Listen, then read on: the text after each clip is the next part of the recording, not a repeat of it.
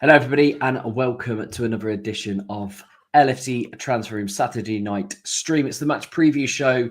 Liverpool have a very, very big game against Wolverhampton Wanderers in the Premier League after Arsenal just got past a very tough Leicester City team. It did take them to 80 minutes to break the deadlock. So the pressure really is on for Liverpool tomorrow to extend that lead at the top. And Dan, Liverpool can actually, by the next time Arsenal play, be potentially many points clear, because obviously we can we're 4 at the moment and we can hopefully win tomorrow and win in the week. That would take us to 10 points clear of Arsenal for the next time they play. Like, how massive of a swing is that, do you think?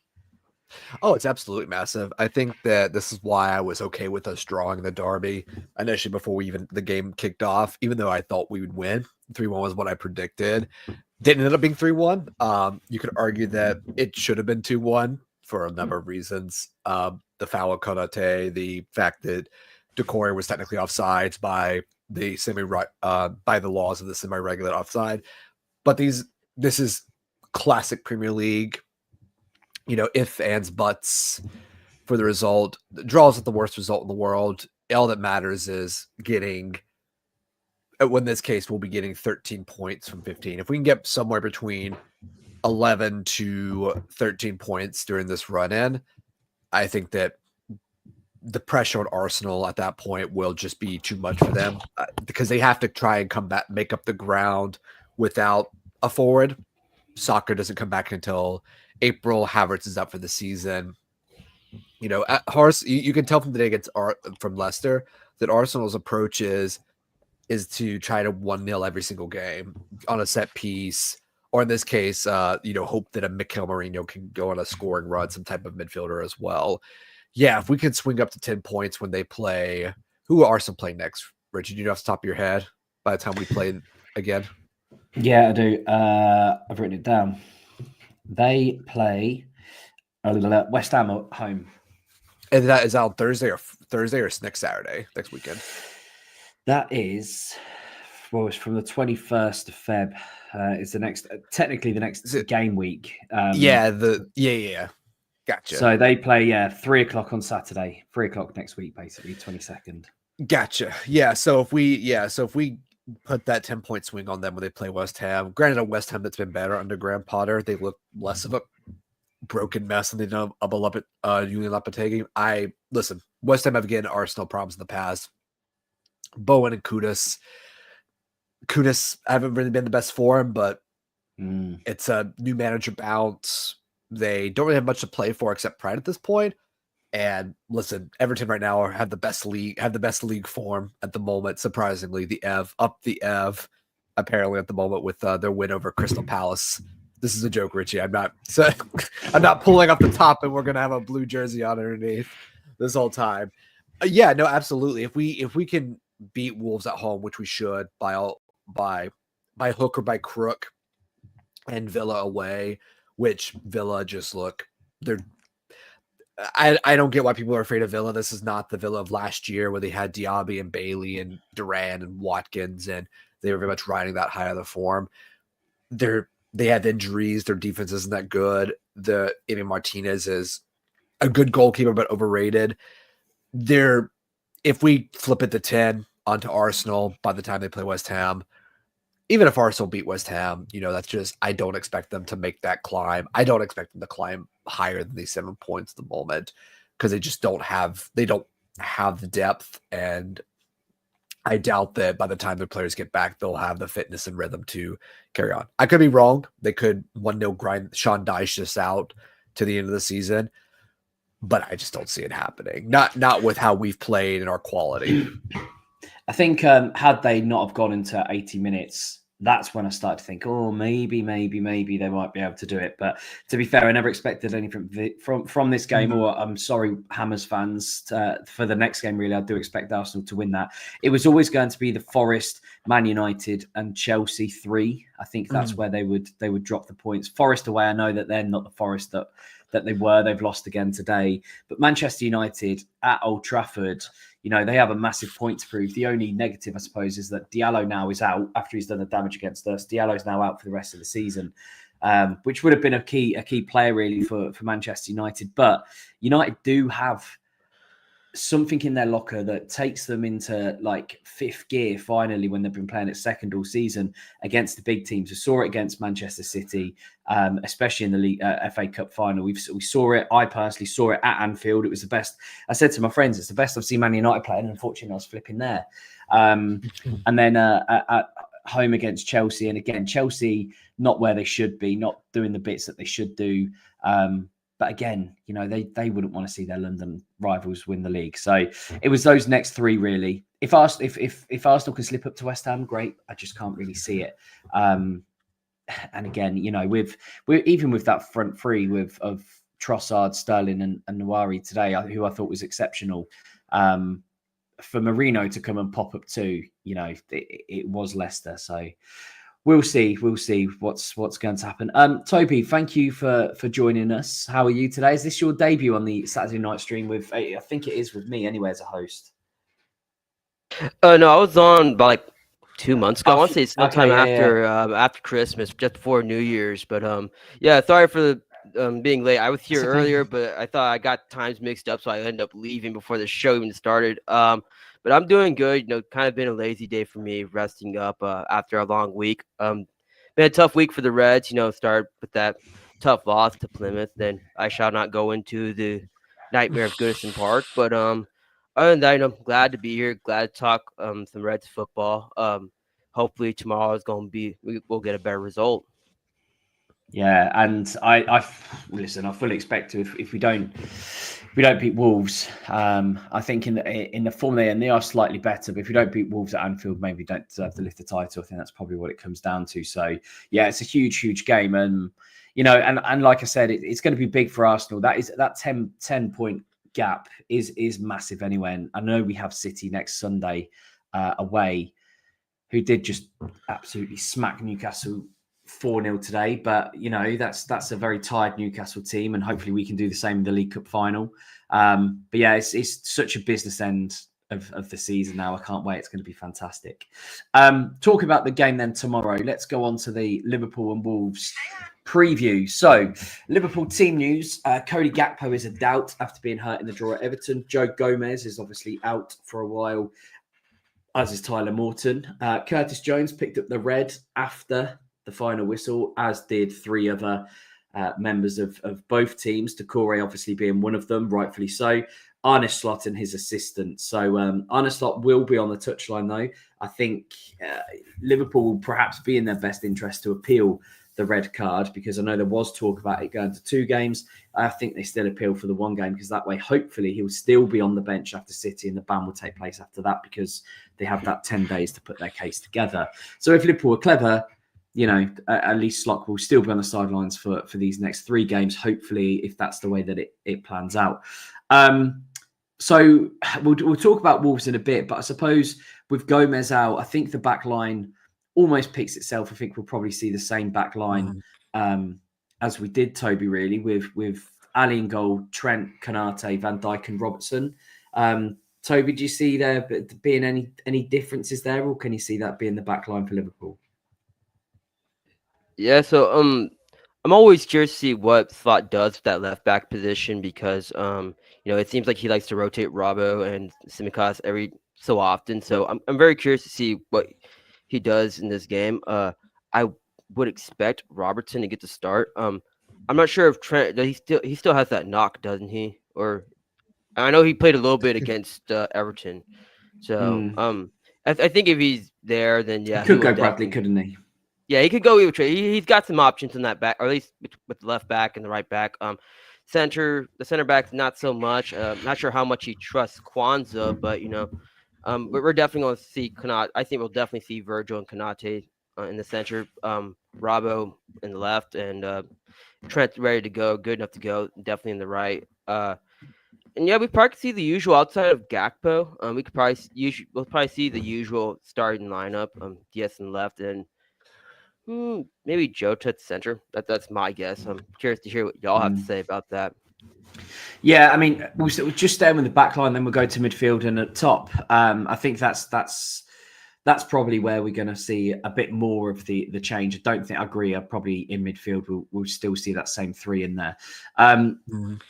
Dan, I mean, Toby touched on it. It's been a bit of a difficult season for Jarell Quansah in what was a really breakout season for him last year. He's been used sparingly. We all know what happened at Ipswich. I don't want to dwell on that again.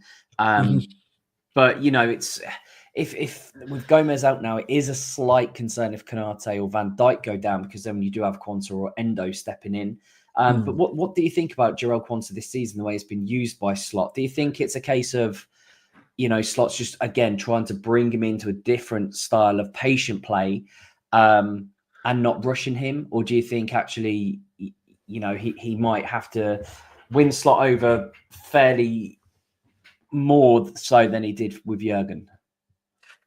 I think Jurgen had a lot more faith in the youth players than Slot does, which makes sense. Slot's just coming in. He's assessing the middle a bit different. Jurgen is someone who has always been one of the back of the boys, in and out of form. I mean, last year, if you look at a lot of our teams, even after we had injuries and stuff, he was very much willing to back youth players, back your McConnells, back your Endos, back your Soboslais, even when they weren't there. Quansah, I think, is a big example of that, where he backed him in preseason. He came in, no one was really expecting of this. I mean, I know Maddie's talked about before that, if anybody had mentioned that Jarell Quansah was going to be a starter and the main starter last year over Ibrahima Konate, no one would have ever suspected that. I think Quansah's just going through a bit of confidence. He obviously signed his first professional extended contract recently too. I think there's more expectation put on him. I think there's also the idea that people just have more tapes of Jarell Quansah, so people play, like, more teams have information of this is how you attack Jarell and that right side of Liverpool's defense. I think it's a system change too, rather than having Mutara Endo there screening. It's Gravenberg is screening the right side now, and he's being the double pivot is doing a lot more different things than just having a single sitter. I think that it hasn't helped Jarell that Trent's been in and out. Bradley's a new player. He's been solid at times, but I think at other times Bradley has been, you've kind of seen where Bradley is good, but maybe not. He's not obviously Trent's level on the ball.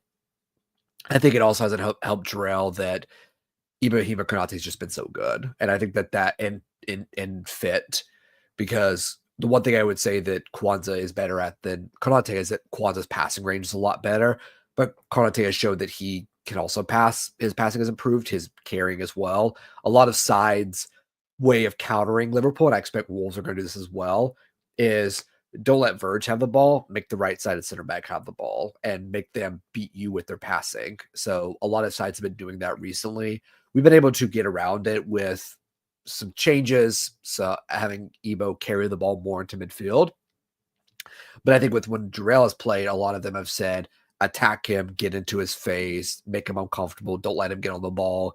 Very similar to how I think it reminds me a lot of when Dejan played for us a bit. I think a lot of sides had this idea of get in his head, attack him, and get him uncomfortable. And when Lovren engaged with that, that's when he didn't perform well. But when he didn't engage and just played smart and played the ball, he showed his quality at times. And I think that that's probably where Quansah is right now, that he's a bit out of confidence, bit out of form, bit out of rhythm, and just kind of a bit out of reading the game in real time.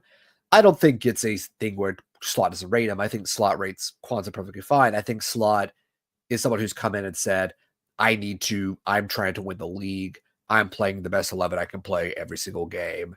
And then I'll rotate based on who's in form and who's out of form. And I think right now, Quansah, I always back the lads to figure it out. We always doubt Harvey Elliott. Harvey Elliott showed his confidence. Quansah, I mean, I know Alan's mentioning the fact that he's only done this once in the game, and that was the halftime against Ipswich. And I think Slot hasn't done that since, apart from the Spurs game, but he was sick, as we've come to find out as well. So I back Quansah to sort himself out. I back Slot to sort himself out, to sort the players out going forward.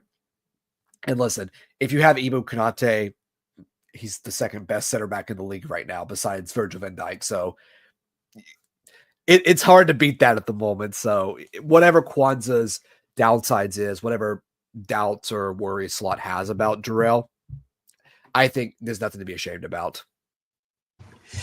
There are nearly 2,000 of you watching in the first 15 minutes. So if you haven't already, please do give the channel a like and a subscribe, because it does go a long way to help support these wonderful, wonderful streams that we all do and love. So let's move on to the midfield then. Again, it's one of those that you can't really see past Grav, Mack and Szoboszlai. There are alternatives, obviously, that we could put in. Obviously, Jones is suspended, so he will not be involved. It was a second yellow, so obviously it's only a one-match ban, so he will be back for Villa.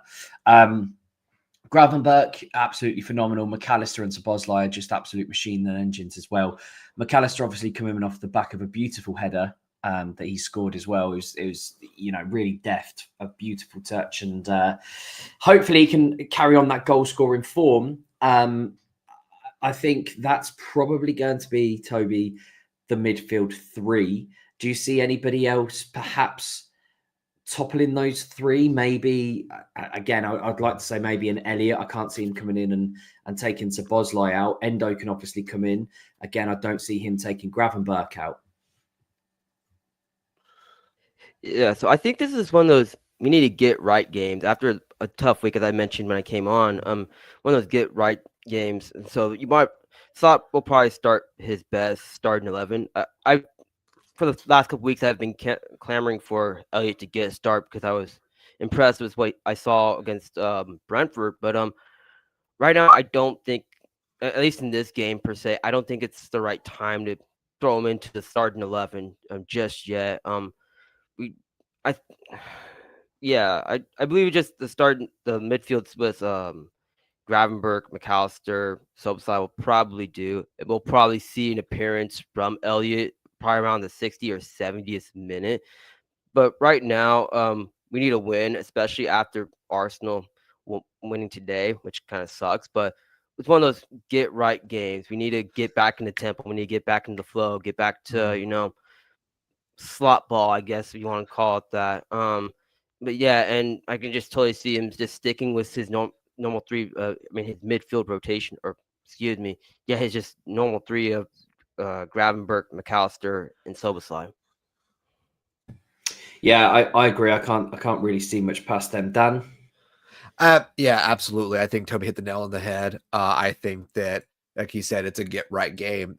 Listen, I think people worry so much about injuries and rotation that we end up rotating our players out of form. I think that's what's happened to DS to a degree. I think it's kind of happened to Darwin a bit off and on, though. I think Darwin has been, if nothing else, he's been productive and useful for this run-in. One of the reasons we're ahead is because we can rotate between those players. Yeah, I don't think anything changes for this game unless Slot is trying something a bit different and he wants to throw Harvey on, and maybe he keeps Mac on the bench and starts Dom and Graf, which I don't think he would. I don't expect him to make any big changes. I like Harvey in a game like this because Wolves are going to have three people there to kick you around the midfield. So having someone who's a little bit more nimble, who can drift in and out, not the worst thing in the world. Because I don't expect Wolves to do anything like too crazy. So throwing a Harvey wouldn't be the worst thing in the world. But no, I fully agree. Get those three on, get them back into rhythm and to rotation a bit. We're aside that if we beat Wolves, I fully expect us to beat Villa, City, and Newcastle after this, because once they're in that rhythm and they're in that flow again as a team, having the day off from Plymouth pretty much, like we're near impossible to stop, in my opinion. And you can see that from the games we played against Bournemouth, who were the informed team in the league and a tough team to play. They just beat Southampton 3-1. You saw that with Spurs at Anfield, where Ange tries to park the bus and it does not work, and we absolutely tear Spurs a new one. I fully expect us to go in the Wolves with the mentality of, we're putting this right, we're going to score first, we'll score the second, maybe score a third, and we're going to set up shop and just control the game. This isn't a game for rotation, especially not even just with the suspension and obviously with Gakpo potentially missing this game, but hopefully it's available for Villa. You go with your strongest 11 and you tell them win it by 65 or 70. And if they don't win it by that point, that's when you start making changes. You bring your Harveys or your Chiesas, whoever you want to bring. Maybe McConnell, maybe Trey, if you want to throw a youth player on, but he hasn't really done that, so I don't expect him to do that. I think that's the message to this midfield is we should have beaten Everton. We didn't get into rhythm. Everyone played a little bit. Everyone played a little bit, both too safe and a little bit too timid, a little bit too less not risky enough at times. This is the game where let's go out there and set this right. Let's put our best foot forward again.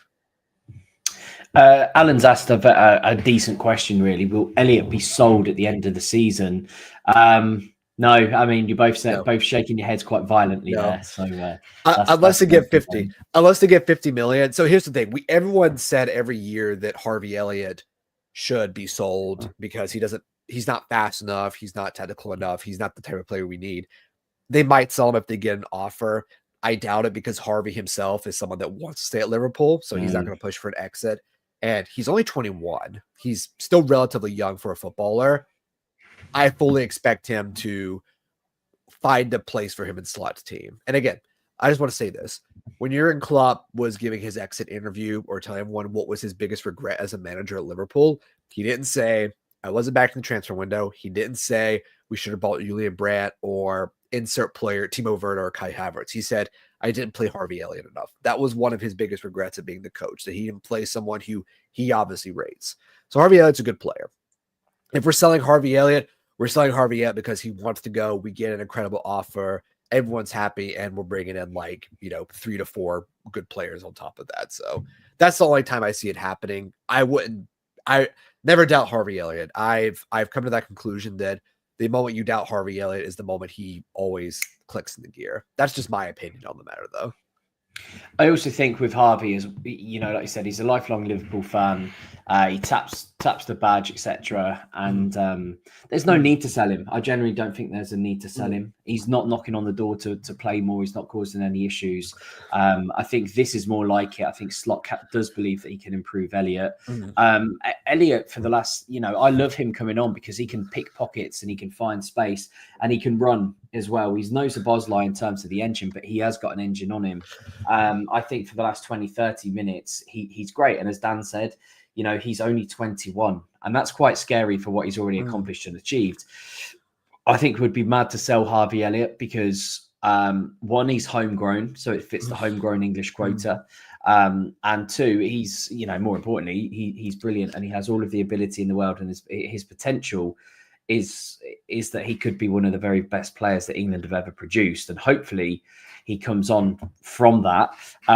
He says that Elliott is very useful off the bench. He's an impact player who always makes an impact. He absolutely does at the moment. I just think next year and the year after, build up his minutes, find a place for him in the team. I don't want to see him on the right. I prefer to see him in that Szoboszlai role, in that 10 almost, where he can unpick and just be really, really busy. I know he slots over to the right-hand side at times and comes in, but he's, that's where his position is. So, he can certainly do the damage. Toby, let's talk about then, because you mentioned, I think you said Darwin through the middle, or perhaps Diogo Jota. Again, with Cody Gakpo out, you would expect, and again, there's 4 players really, isn't there? We could see Jota or Nunez on the left instead of Diaz, but I would expect to see Salah, Diaz, and one of Jota or Darwin Nunez through the middle. So where would you put those 4 players? Let's just say it's all a given that Salah starts on the right. So you've got 2 positions. Where do your 3 remaining positions go? Yeah, so Salah, as you said, Richie, Salah will definitely get the start right. I leave at center, we will see Jota, just because it seems to be the trend with Slot. I don't necessarily know where Slot stands with Nunez in terms of him starting, but it does seem like he believes that he's kind of like this super sub, or this guy who can come on and bring on energy at like the 60-minute mark or 70th minute mark. And when the game is, when we're lacking energy, that's usually when we see Darwin come in. And just take, for example, the Brentford game when he came on, and that energy he brought, that spark he brought on. You just gotta love Darwin's energy. But if Jota's ready to go, I think he'll start Jota over Darwin. That just seems to be the trend, in my opinion. And then obviously I think Diaz will get the start left. Usually when Slot substitutes for that left wing side, he usually takes off Gakpo, brings on or moves Diaz to the left. So I don't think we'll see him change it up anywhere at all at the left wing position. You could, I suppose, have one of the two on the left, but I think both of them are effective through the middle. And why would you change that? Jota going up against his old team in Wolves. Wolves have lost 9 of the last 10 Premier League appearances at Anfield as well. Their only victory was a 1-0 win in December 2010, so a good 15 years ago now. And I don't think you could go wrong really, whether you start Jota or Nunez, down the middle. I don't really see where you could go wrong, because you would expect 55, 60 minutes for one, and then the remainder of the game for the other, and both of them can cause damage off the bench. Hopefully against what will be a tiring Wolverhampton Wanderers backline, because they've been ran ragged. Talking about Mo Salah, he's got 14 assists this season in the Premier League. He is one shy of the Liverpool record, which was set by the first name on my back when I was, about 4 or 5 years old, Steve McManaman, in 95-96. And he's actually 6th short of the overall record of 20 assists. So, 6 assists needed in 13 games left. Is there 13 games? Thierry Henry and Kevin De Bruyne have both registered 20 assists, by the way. So it's another Thierry record that Mo could very well take by the end of this season. And what a great, what a great asset he's been this season. And hopefully his contract stuff gets sorted. But yeah, Mo Salah on that right-hand side. And again, he's going to be one of those that, could certainly do Wolves damage. Dan, what's your centre line going to be then in terms of Jota or Diaz, if we're going to, Jota or Nunez, if we're going to say that those are the two vying for the central forward spot? I think so. I agree with Toby that when Jota's been fit, Slot's been very much willing to throw him in to start him. I wonder if Slot might wait to Villa to start him, give him an extra game or get extra run out, because I think for this one he only got about 20, because they came on the 70th minute, him and Darwin did in the 70th, so they got about 20 minutes each for the game in the derby. I think he's going to start Darwin because Darwin is the most fit. I think Darwin, every time he started him, has been effective. Everyone has this thing with Slot and Nunez, how much does he rate him? Does he rate him? Does he want somebody else? Obviously, all the ITKs on Twitter are saying that Liverpool are destined to spend a world-breaking transfer fee on Alexander Isak from Newcastle, which I don't think they're going to do at all. Nah, never happening. Yeah, just because I don't think it really works the way people think Slot wants to have a center forward.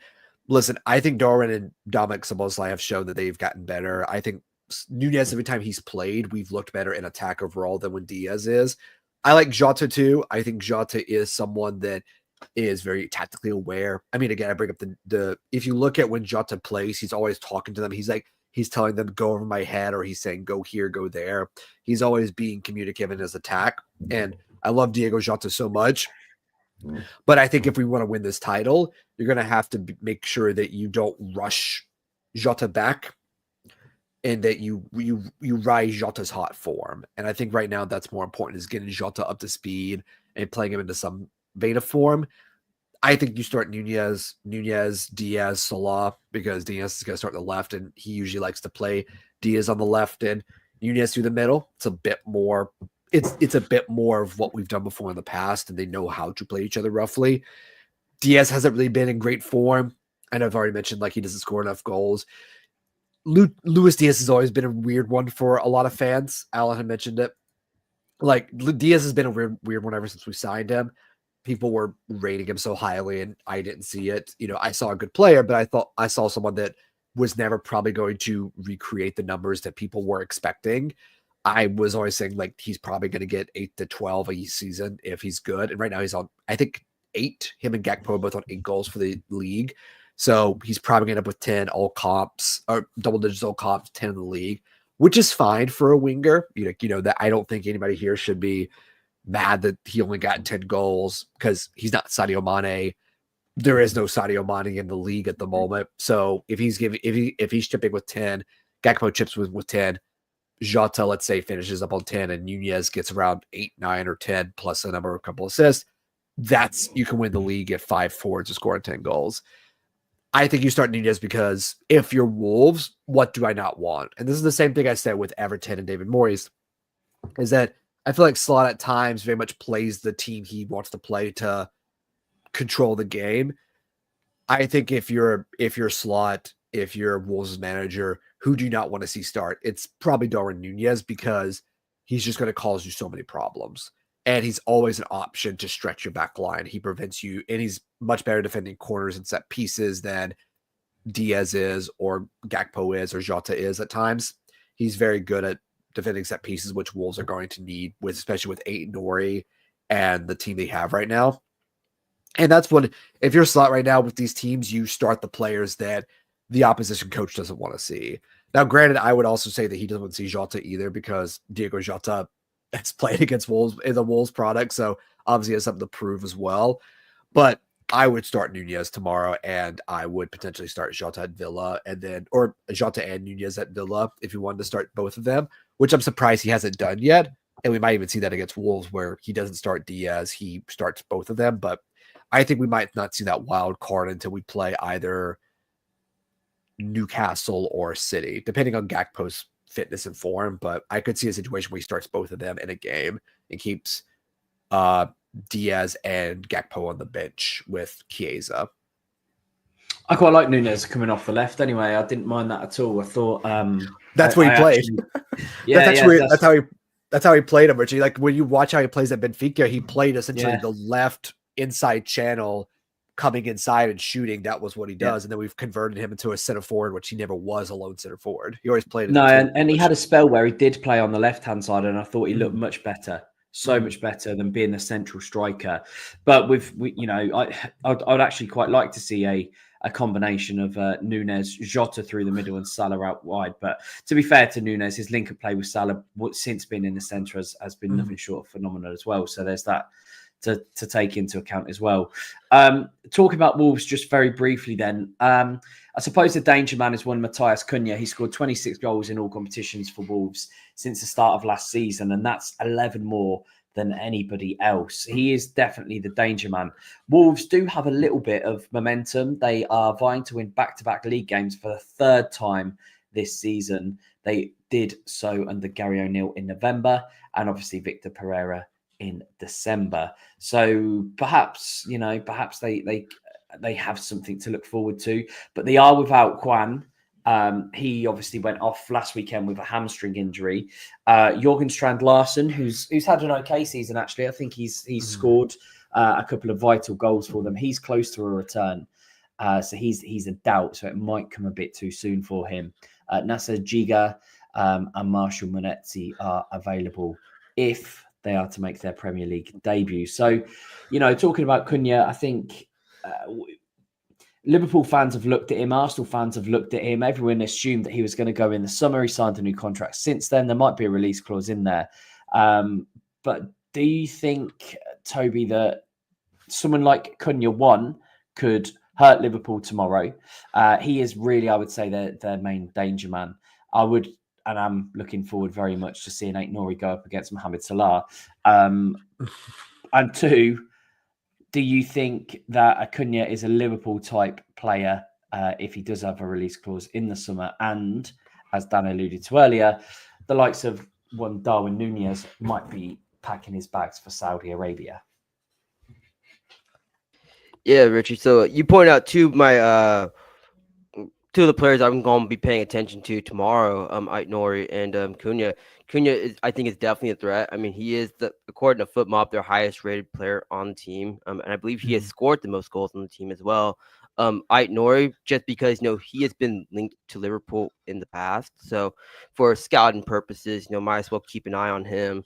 But I definitely do think that, I forgot where I was going with that, but I definitely do think Cunha is the player to watch for sure. As far as him being like a future Liverpool transfer target, I could totally see it. I mean, I don't see why not. He's a very impressive individual, and like I said, he scored the most goals on the team. So I could totally see them having him on the list. Now, does that mean that they're going to pursue him this summer or in the next transfer window? I couldn't tell you because Liverpool likes to keep everything close to the chest, so we really don't know what they have in mind, what their strategy is. But I imagine if they were making a list, he would definitely be a player. Him and Aitnor would definitely be a player that's on that list of players that they would definitely consider. Yeah, for sure. Dan, have you been impressed with Cunha? Is he not? He's not really an out and out 9, is he? He's more of a 10.5 almost. Yeah, he's very similar to Marmouche, which I think a lot of people are obviously raving about in our chat, and I've always wanted us to buy. I always said that I think Marmouche, like, he's the profile you probably want to look at. I don't know if Marmouche, the player, is the one you want. I mean, obviously today he scores a hat trick for City. They win 4-0. So, more hat tricks than Mohamed Salah, and Andy Carroll has more hat tricks than Dennis Bergkamp. So, hat tricks are definitely the mark of a talented striker that you should buy if you just follow that metric within football. I think Cunha would be perfect in terms of that 10 forward profile you want Szoboszlai doing. He's always a threat. He's carrying. He presses. I don't know if his personality would work at Liverpool. I think people have a misunderstanding of the no divvy policy where people say, well, Andy Robertson isn't someone who's going to disrupt the locker room. He's not coming in and saying, like, I'm doing X, X, X, X, X. Why aren't you doing like me? I should be treated special. I think Cunha might have the wrong mentality being a team like Liverpool in terms of his personality, but I wouldn't be surprised if Liverpool know his agent. I believe he's George Mendes, and we have players from George Mendes before. I think they're going to be looking at a profile similar to him. I don't think it's contingent on Darwin going, though. I think it's contingent on potentially a Diaz or Jota going. I know you're referencing the Saudi Arabia thing because they had that little promo, which we don't know when they filmed it, which I'd be more interested in when they filmed it at the beginning of January or sometime in the middle, where Darwin mentioned like Saudi, like needing more money for his cars for Saudi. Again, we don't know what's going on behind the scenes. I imagine that his agent's probably looking for an improved contract, like with Ibro Konate is looking at a new contract. Obviously, the three big ones we have currently, and I know that they're going to make contract decisions on, say, Robertson and Tsimikas and other players. There's a lot of moving parts going on right now at Liverpool that have nothing to do with the three big ones or transfers. I think if Wolves are going to win this game, they're going to have to try and win it by either scoring first and holding on for dear life with Cunha and Aitnori, or something at a set piece with maybe Bellegarde smashing in one off the post, or maybe an Andre Trinidadi gets his first goal for Wolves against Anfield. But beyond that, I don't think Wolves are going to have that much creativity. They're going to mostly attack us in wide areas. Most teams have been doing. They're going to try and trap, give the ball to Konate or a right center back and dare them to beat us with their passing, clog the middle. Very similar things we've seen before in the past. It's just a Liverpool to bypass their press, create chances out wide, threaten their back line, and just, put pressure on their goal, on their goal. If I know you mentioned their pattern, Richie, of winning 2 goals and winning 2 matches in a row. It's very interesting if you look at when they win it. So they beat Southampton and Fulham back-to-back in November, and they actually beat Fulham 4-1. I think it's when Cunha gets his hat trick, I believe. They then beat Leicester 3-0 and then beat United 2-0, which is interesting. So for the most part, they've beaten teams that they are either above in the table, so Leicester and Southampton, or teams that they kind of have enough on par in terms of attack in order to counter them, like Fulham or Man United, who they're actually closer to the table than we might realize in terms of quality and performance. I don't. Funnily enough, talk about Matt. Sorry, I was just you're on the form of Manchester United, because you know how much I love them. Everton have actually gone above them just now, obviously in the table with their win against Palace. So even Everton are above Manchester United in the Premier League. Their own title. The Toffees are on title-winning form right now. With David Moyes coming in and Moisey, yeah, Moisey showing the old Scot still got it in the tank. He is the same age as Brad Pitt, though, so.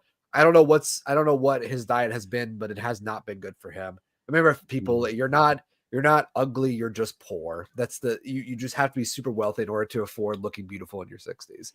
Yeah, listen, I think we'll have enough for Wolves. They don't really have a lot of creativity or the ability to play through us. Trindade is just a destroyer. They're going to clog the midfield. Aït-Nouri and Doherty are threats at wing back, but again, Slot's played them before. He hasn't played this setup, but he's played these players. Even if he's not on the touchline, I don't know how that band's going to work. I know you had mentioned earlier that I think he will be. He will be on there tomorrow for the appeal. It doesn't matter if he's on the field or not. Like, we have enough quality to beat them. We should have enough quality. And if we can't beat Wolves at Anfield after the Derby performance, then we probably don't deserve to win the league at that point. With the players we have, with the coaching staff we have, with the home crowd, if you can't win this game, like you don't deserve to win the title right now in April or before we play Arsenal in May.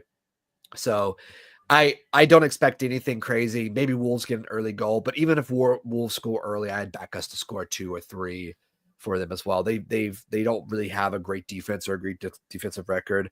Jose Sa could have a worldie, but again, there's nothing about this Wolves team that should terrify everybody. I will say, though, if there's one fullback that has nullified Salah, if you're a fantasy player or you like to throw a bet, I wouldn't back Salah to score in this game because Aït-Nouri, if you look at historically, we've played Aït-Nouri, it's always been 6s or 5s. I don't think he's ever gotten a goal or assist against Aït-Nouri. You might want to check me on that, Richie or Toby, if he has, but I don't think he's ever scored against Ray and Aït-Nouri ever since he's played at Wolves. Well, that is quite an interesting stat if that's true, because we all have looked and mentioned Ryan Aït-Nouri as a potential future Liverpool player, and we always say that his defending isn't quite good enough. We feel that I think, again, I'm not speaking for everybody, but I think a lot of people's general consensus is that he leaves a lot of gaps open. So while Dan's looking for that, it's one of those that is quite surprising, because I'm looking forward to seeing the battle between Aït-Nouri and Salah tomorrow, because I think that's a real big test for both of them.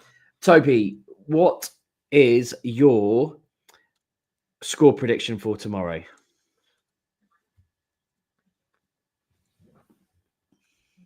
Sorry, mispressed buttons. That's okay. That's okay. Yeah. So score predictions. Ooh, man, I haven't done one of these in a while. I'm gonna go just 3-1. I do think that, though, sure, Wolves have quote unquote played better as of late, I guess I want to say. They still have conceded 52 goals this season. Therefore, that means that defense isn't good. I do believe they're playing with a back three. Last time I checked on FootMob, it was a back three.